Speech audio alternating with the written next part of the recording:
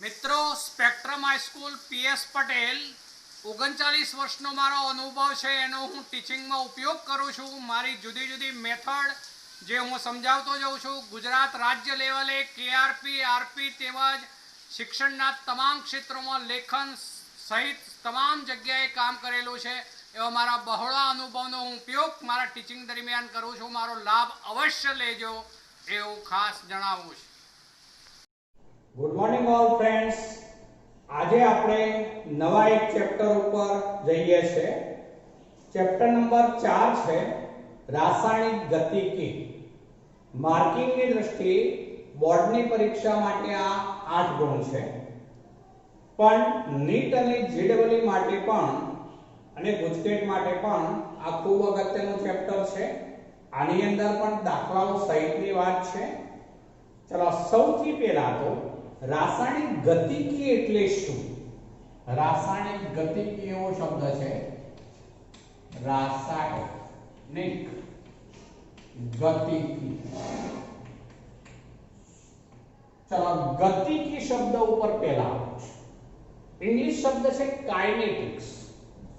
તમને ખ્યાલ હશે મિત્રો, શરૂઆતમાં एक्टिवाना જેવું એક સ્કૂટર આવતું હતું જેને કાઇનેટિક્સ તરીકે ઓળખાતું હતું। અત્યારે પણ એવું નામ છે પણ હવે ઓછું સંભળાય છે।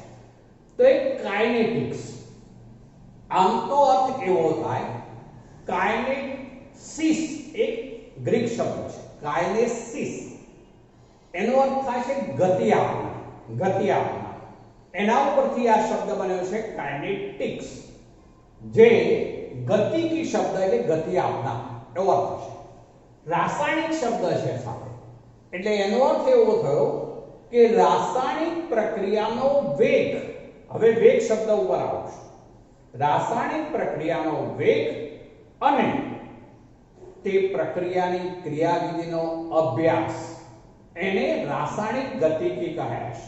ફરીથી બોલું છું મિત્રો વ્યાખ્યા, રાસાયણિક પ્રક્રિયાનો વેગ અને પ્રક્રિયાની ક્રિયાવિધિ ના અભ્યાસને રાસાયણિક ગતિકી કહે છે। હવે મિત્રો ઘણી બધી રાસાયણિક પ્રક્રિયાઓ થતી હોય છે, તમને ખ્યાલ છે। રાસાયણિક પ્રક્રિયાઓમાં આપણે ઉષ્માગતિશાસ્ત્ર સાથે એની સરખામણી કરી લઈએ। પહેલા ઉષ્માગતિશાસ્ત્ર થર્મોડાયનેમિક્સ 11માં આપણે જોઈ ગયા। ઉષ્માગતિશાસ્ત્રને આધારે કોઈ પણ રાસાયણિક પ્રક્રિયાનું પ્રાક કથન થઈ શકે। કેવી રીતે મિત્રો યાદ કરો, જ્યારે ડેલ્ટા G < 0 હોય એટલે કે મુક્ત ઉર્જામાં થતો ફેરફાર ઋણ હોય ત્યારે પ્રક્રિયા આપમેળે થશે। આને કહેવાય રાસાયણિક પ્રક્રિયાનું પ્રાક કથન। તો ડેલ્ટા G ના મૂલ્યને આધારે આપણે રાસાયણિક પ્રક્રિયાનું પ્રાક કથન કરી શકીએ છીએ। એ ઉપરાંત ડેલ્ટા G ના મૂલ્ય ઉપરથી 11માં આવી ગયું, યાદ કરી લો, ડેલ્ટા G0 બરાબર -RT ln K। એના ઉપરથી આપણે સંતુલન અચળાંક શોધતા હતા મિત્રો। એ જ રીતે ચેપ્ટર નંબર 3 માં પણ અમુક દાખલાઓમાં આપણે સંતુલન અચળાંક શોધ્યો છે નનસ સમીકરણ વખતે। તો એ સંતુલન, રાસાયણિક પ્રક્રિયાનું સંતુલન, એના પરથી સંતુલન અચળાંક। તો સંતુલન અચળાંકના મૂલ્ય ઉપરથી કોઈ પણ પ્રક્રિયા એ 70% આગળ વધી છે કે 80% પૂર્ણ થઈ છે કે 90% પૂર્ણ થઈ છે એ પણ સંતુલન અચળાંકના મૂલ્ય ઉપરથી જાણી શકાય। એટલે કે પ્રક્રિયા કેટલા પ્રમાણમાં આગળ વધી છે એ આપણે ઉષ્માગતિશાસ્ત્ર ઉપરથી નક્કી કરી શકીએ। પરંતુ હવે શું કહું છું, ધ્યાન રાખજો, કોઈ પણ પ્રક્રિયા ઝડપી થશે કે ધીમા દરથી થશે, એટલે કે પ્રક્રિયા વેગ અંગેની કોઈ પણ માહિતી ઉષ્માગતિશાસ્ત્ર ઉપરથી મળી શકે નહીં। ફરીથી બોલજો, પ્રક્રિયા ઝડપી થશે કે ધીમા દરથી થશે તેનો અભ્યાસ આપણે ઉષ્માગતિશાસ્ત્ર ઉપરથી કરી શકીએ નહીં। તે માટે રાસાયણિક ગતિકીનો અભ્યાસ જરૂરી છે। આપણે રાસાયણિક ગતિકીનો અભ્યાસ કરીએ તો એના ઉપરથી પ્રક્રિયાનો વેગ જે છે એ કેટલો છે નક્કી કરી શકાય। અને એને આધારે પ્રક્રિયા ઝડપી છે કે ધીમી છે કે અતિ ધીમી છે, આપણે પ્રક્રિયાના વેગ વિશે જાણી શકીએ. ઉદાહરણ તરીકે, દાખલા તરીકે આપણે કસનળીની અંદર જે છે એ AgNO3 નું દ્રાવણ લીધું છે મિત્રો. AgNO3 નું દ્રાવણ. ચલો AgNO3 ના દ્રાવણમાં આપણે NaCl નું મીઠાનું દ્રાવણ ઉમેરીએ છીએ. NaCl નું દ્રાવણ ઉમેરી શકાય, આપણે KCl નું દ્રાવણ ઉમેરી શકીએ, HCl નું દ્રાવણ ઉમેરી શકીએ. આપણે કસનળીમાં AgNO3 નું દ્રાવણ લીધું છે, એમાં આપણે NaCl જેવું નાખીશું, જેવું ડ્રોપ્સ પેલા દ્રાવણને ટચ થશે તરત જ સફેદ અવક્ષેપ આવશે. તો એનું કારણ એ છે કે આ Ag+ આયન આમાં હોય, આમાં Cl- આયન હોય, એ બંને આયનો હોવાથી આ આયનીય પ્રક્રિયા ગણાશે, માટે પ્રક્રિયા અત્યંત ઝડપથી થશે. AgCl ના સફેદ રંગના અવક્ષેપ આવી જશે મિત્રો, સોલિડ સફેદ રંગના અવક્ષેપ, અને બીજું બનશે NaNO3. પણ આ પ્રક્રિયા અત્યંત ઝડપી થાય છે. હવે તેને બદલે માનો કે લોખંડને ચોમાસામાં ભેજની હાજરીમાં અને હવાની હાજરીમાં કાટ લાગે છે, જે ધાતુ ક્ષારણ કહેવાશે. ત્રીજા ચેપ્ટરમાં આપણે ધાતુ ક્ષારણ કેવી રીતે થાય એ ઓક્સિજનની હાજરીમાં, ઓક્સિજનની ગેરહાજરીમાં એવી બે પ્રક્રિયાઓ લોખંડના સળિયા માટે જોઈ ગયા છે. તો આ રીતે ધાતુ ક્ષારણ એ ખૂબ જ ધીમી પ્રક્રિયા છે, ખૂબ જ ધીમી પ્રક્રિયા છે. પણ એને બદલે આપણે માનો કે સ્ટાર્ચ જે છે એનું જલ વિભાજન છે, અથવા તો ખાંડ એટલે કે સુક્રોઝ છે એનું વ્યુત્ક્રમણ થાય, જેમાંથી ગ્લુકોઝ અને ફ્રુક્ટોઝ બનતા હોય, તો એ પ્રક્રિયાઓ બંને જે છે સ્ટાર્ચનું જલ વિભાજન અને આ બંને એ મધ્યમ વેગ ધરાવે છે, મધ્યમ વેગ ધરાવે છે. તો આ રીતે મિત્રો રાસાયણિક પ્રક્રિયાઓ અત્યંત ઝડપી હોઈ શકે, કાં તો અતિ ધીમી પણ હોઈ શકે, અથવા બંનેના વચગાળાનો વેગ પણ ધરાવતી હોઈ શકે છે. અને માટે રાસાયણિક પ્રક્રિયાનો વેગ જે છે માપવામાં આવશે, કેવી રીતે માપીશું એ બાબત ઉપર આવું છું, ધ્યાન રાખજો. આપણે વાહનના વેગની વાત કરીએ તો આપણે એવું કહીએ છીએ એકમ સમયમાં કાપેલા અંતરને વેગ કહે છે.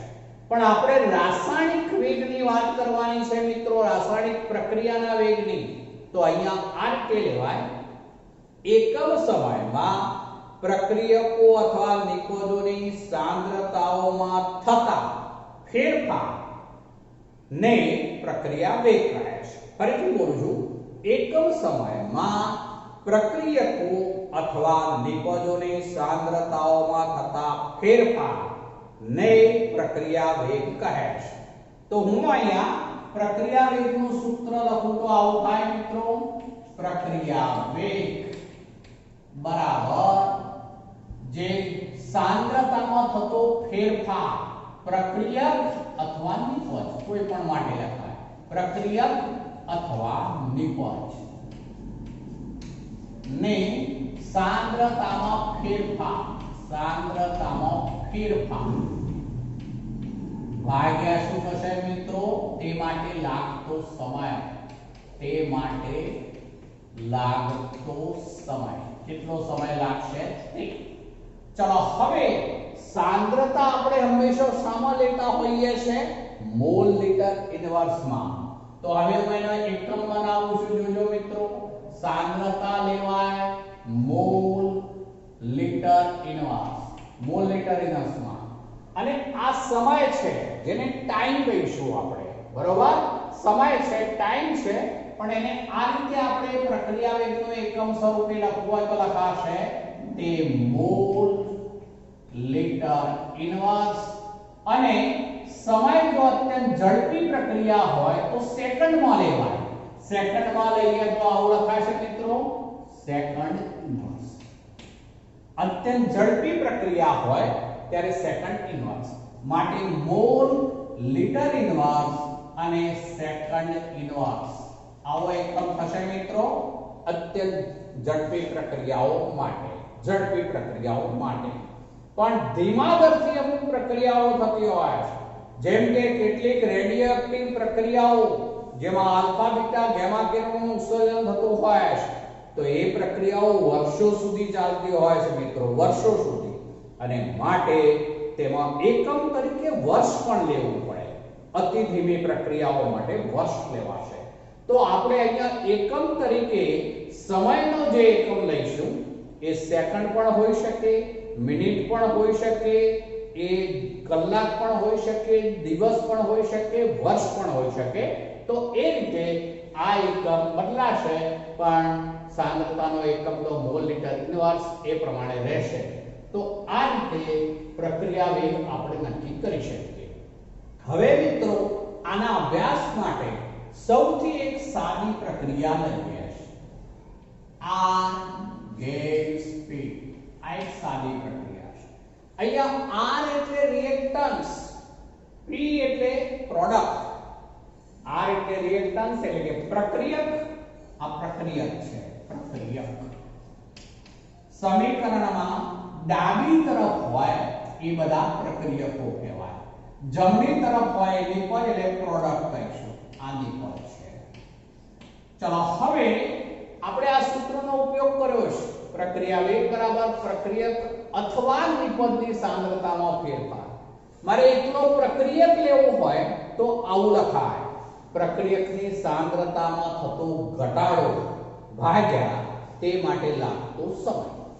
એકલી નિપજ લેવી હોય તો આવું લખાય, નિપજની સાંદ્રતામાં થતો વધારો ભાગ્યા સમય. અહીંયા આપણે બંને સાથે લીધા છે એટલે ફેરફાર શબ્દ વાપર્યો છે, ધ્યાન રાખજો. પ્રક્રિયક હોય તો ઘટાડો થાય, નિપજ હોય તો વધારો થાય. કોઈ પણ રાસાયણિક પ્રક્રિયામાં શરૂઆતમાં પ્રક્રિયકોને ભેગા કરીએ એટલે શરૂઆતમાં પ્રક્રિયકોની સાંદ્રતા મહત્તમ હોય. ધીમે ધીમે પ્રક્રિયકો એકબીજા સાથે રાસાયણિક રીતે જોડાતા જાય, નિપજ બનતી જાય, જેને કારણે પ્રક્રિયકોની સાંદ્રતા ઘટતી જશે, સામે નિપજની સાંદ્રતા વધતી જશે. હું એક સાદા ઉદાહરણથી સમજાવી દેવા માંગુ છું, ધ્યાન રાખજો. એક સાદું ઉદાહરણ લઈએ. દાખલા તરીકે અહીંયા હું ઉદાહરણ તરીકે એવું લઉં કે શૂન્ય સમયે પ્રારંભિક સમય, શૂન્ય સમયને પ્રારંભિક સમય, આની સાંદ્રતા માનો કે 100 છે, ત્યારે નિપજ P જે છે એની સાંદ્રતા બિલકુલ ન હોય, નિપજ ન હોય શૂન્ય સમયે. ચલો હવે હું 10 મિનિટ પછીની વાત કરું છું તો આના 20 અણુ વપરાઈ ગયા છે, એટલે બાકી કેટલા રહે તો 80. આ બાકી રહેલી સાંદ્રતા લખી આપણે તો 80. ચલો નિપજ કેટલી ઉત્પન્ન થાય છે તો હું 20 લખું છું. ચલો ફરીથી બીજી 10 મિનિટ જવા દઉં એટલે 20 મિનિટની અંતે, તો આમાંથી બીજા 10 જે છે ઘટે છે એવો અક્ષર છે, તો બાકી રહેવાના 70. ચલો આ ઉત્પન્ન થવાના 30. ચલો બીજી 10 મિનિટ જવા દઈએ, આ 30 લઉં છું, ત્યારે આ જે છે એ બાકી રહે છે 65, આ બને છે 35.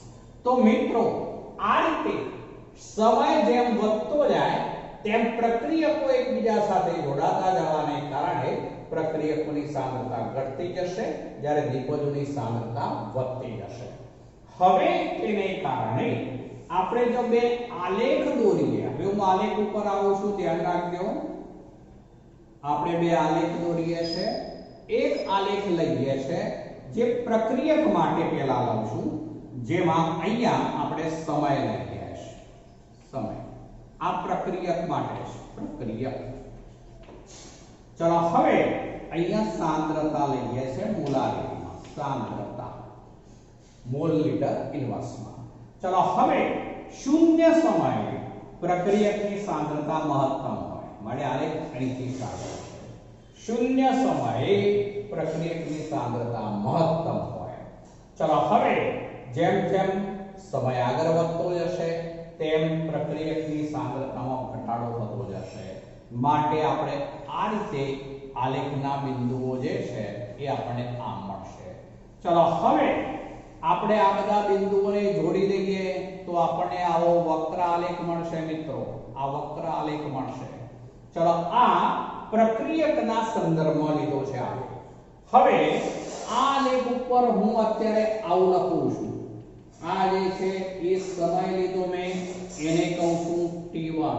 તો T1 સમયે પ્રક્રિયકની સાંદ્રતા જે છે R એટલે રિએક્ટન્સ એટલે પ્રક્રિયક, સાંદ્રતા દર્શાવવા માટે ચોરસ કૌંસ કરી દઈશું અને 1 સમય લીધો એટલે આને R1 સિમ્બોલ આપીએ છીએ. તો R1 T1 સમયે પ્રક્રિયકની સાંદ્રતા R1 છે.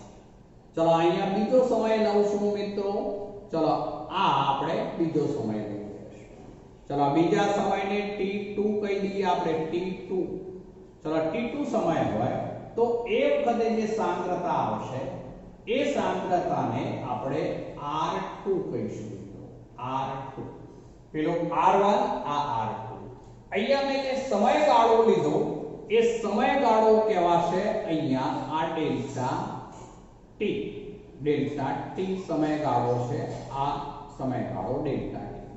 જ્યારે આ સાંદ્રતાનો તફાવત થયો મિત્રો, આ જે છે એ સાંદ્રતાનો તફાવત કહેવાશે જે ડેલ્ટા R.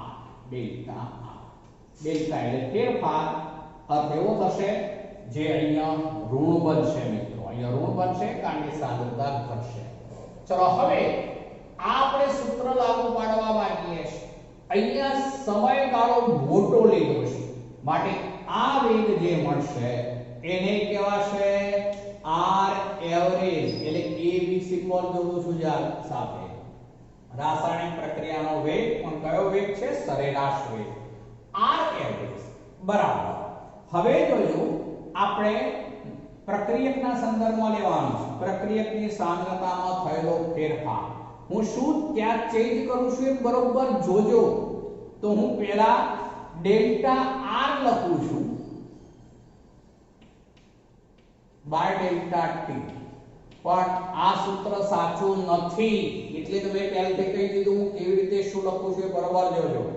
હવે ડેલ્ટા R બરાબર શું એવું પહેલા લખું છું એટલે તમને જલ્દી ખ્યાલ આવશે. ચલો ડેલ્ટા R બરાબર તો અંતિમ ઓછા પ્રારંભિક સાંદ્રતા. હવે હું અંતિમ સાંદ્રતાને R2 કહું છું.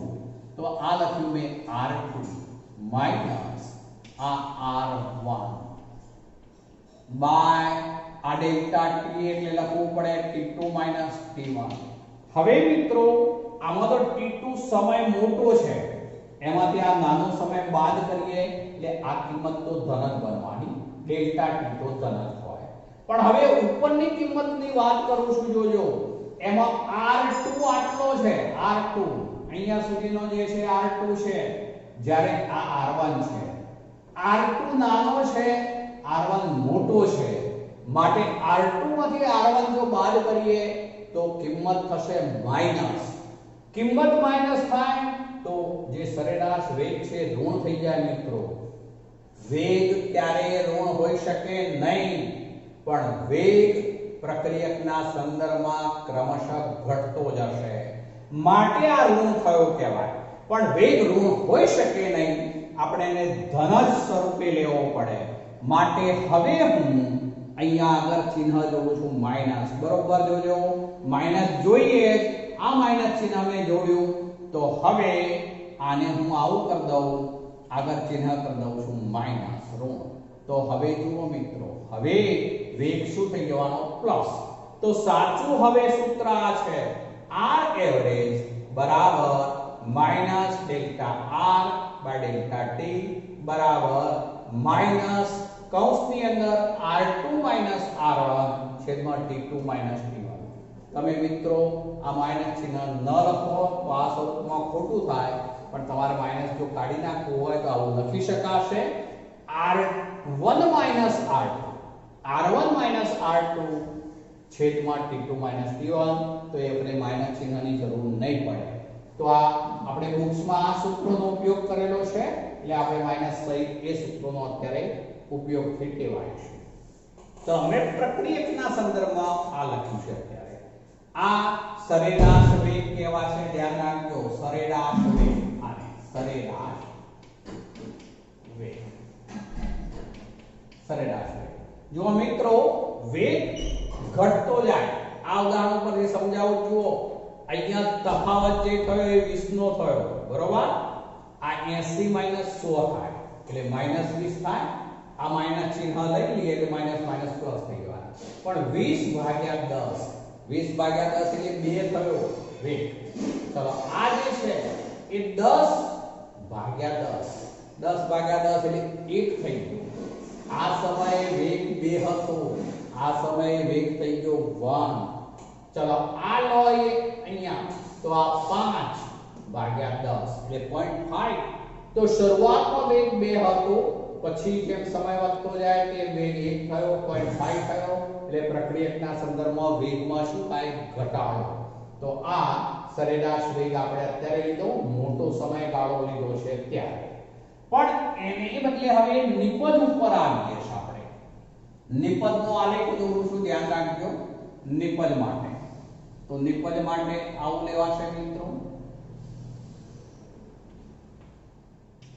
ચલો અહીંયા જે છે એ આપણે સમય લીધો અને આ બાજુ સાંદ્રતા છે. પણ હવે કોના માટે છે? તો નિપજ માટે.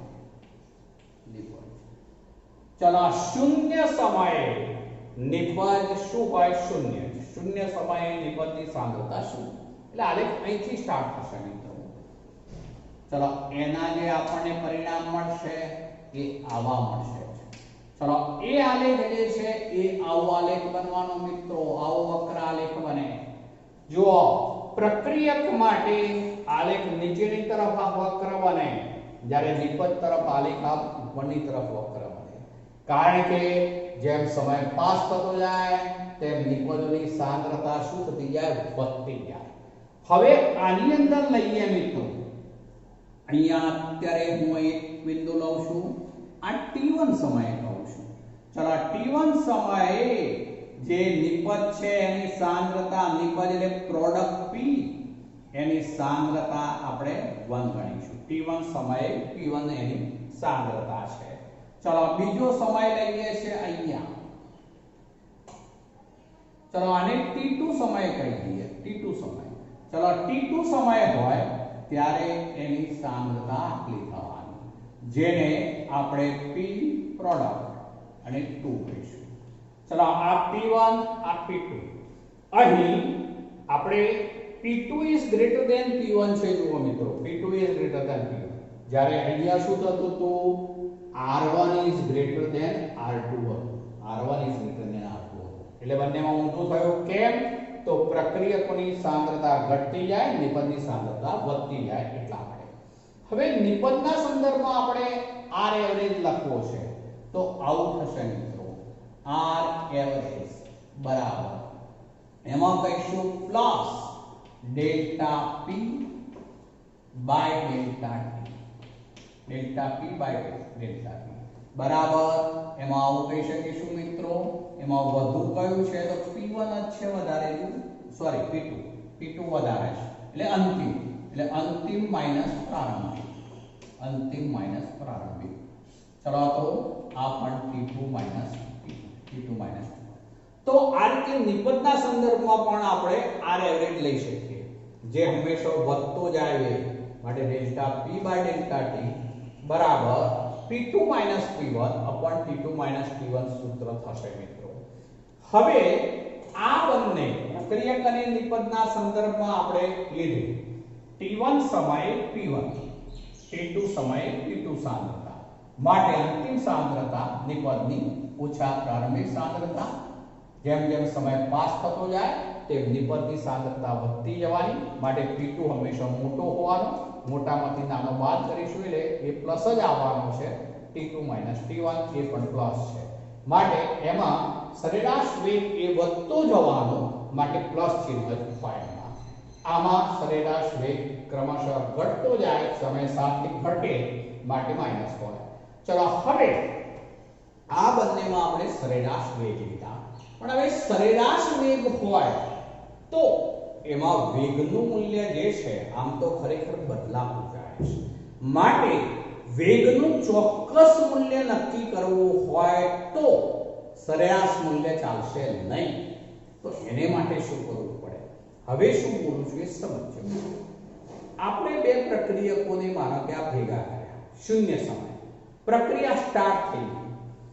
આપણને 10 મિનિટ પછી એમ થાય કે અત્યારે વેગ કેટલો છે, અત્યારે વેગ કેટલો છે એવો શબ્દ વાપરું છું. 10 મિનિટ પછીનો વેગ, તો અત્યારે વેગ કેટલો છે, તો એ વેગ જે છે ને કહેવાય ત્વરિત વેગ. ત્વરિત વેગ એવો શબ્દ વપરાય. તત્કાલીન વેગ, ફરીથી બોલું છું, એને ત્વરિત વેગ કહેવાય. એટલે કે પ્રક્રિયા શરૂ થયા બાદની કોઈ પણ એક ક્ષણે જે વેગ માપીએ એને ત્વરિત વેગ કહેવાશે. હવે ત્વરિત વેગ માપવો હોય તો કેવી રીતે માપી શકાય? તો એને માટે આવો પ્રયોગ જ કરવો પડે. પ્રયોગ કર્યા બાદ પ્રાયોગિક પરિણામો ઉપરથી આવા આલેખ દોરવા પડે.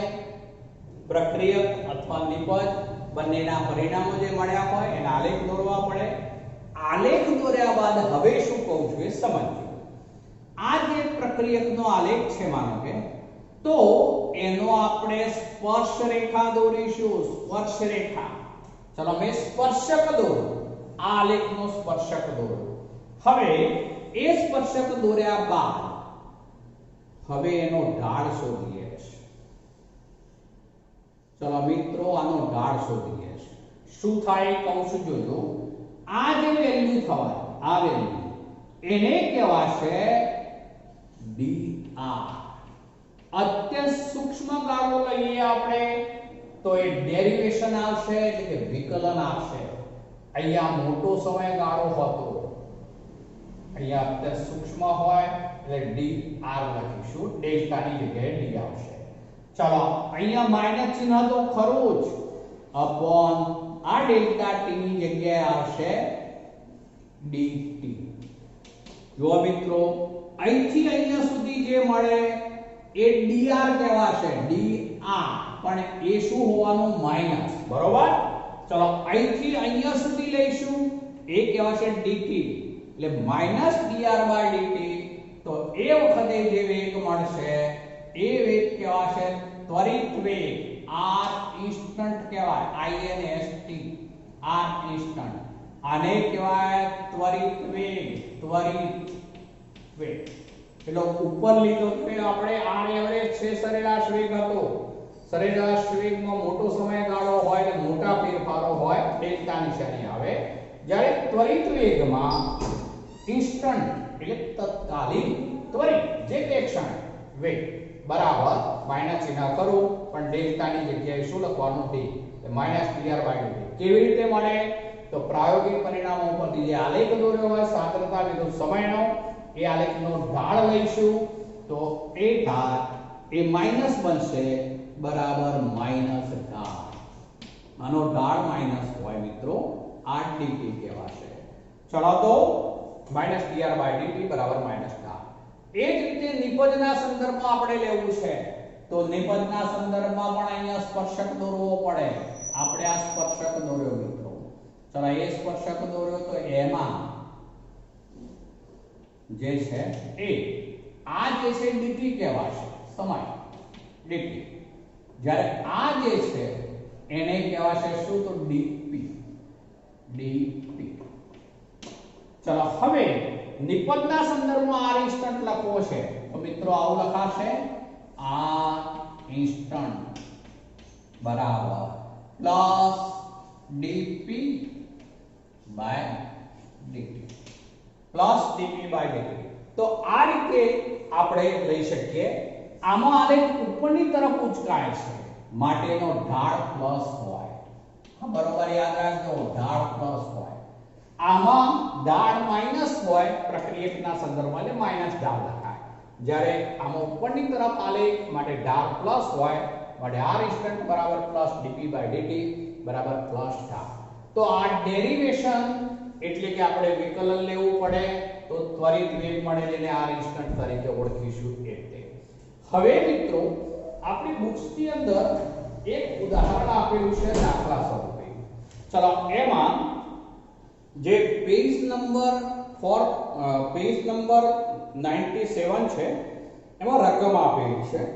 રકમ આ રીતની છે, રકમ વાંચું છું પહેલા.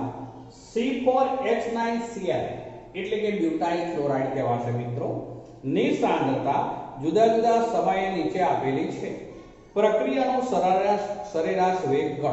સરેરાશ વેગ ગણવાનું કહ્યું છે RMS. ચલો એમાં જુદા જુદા સમયે સાંદ્રતાના મૂલ્યો આપેલા છે.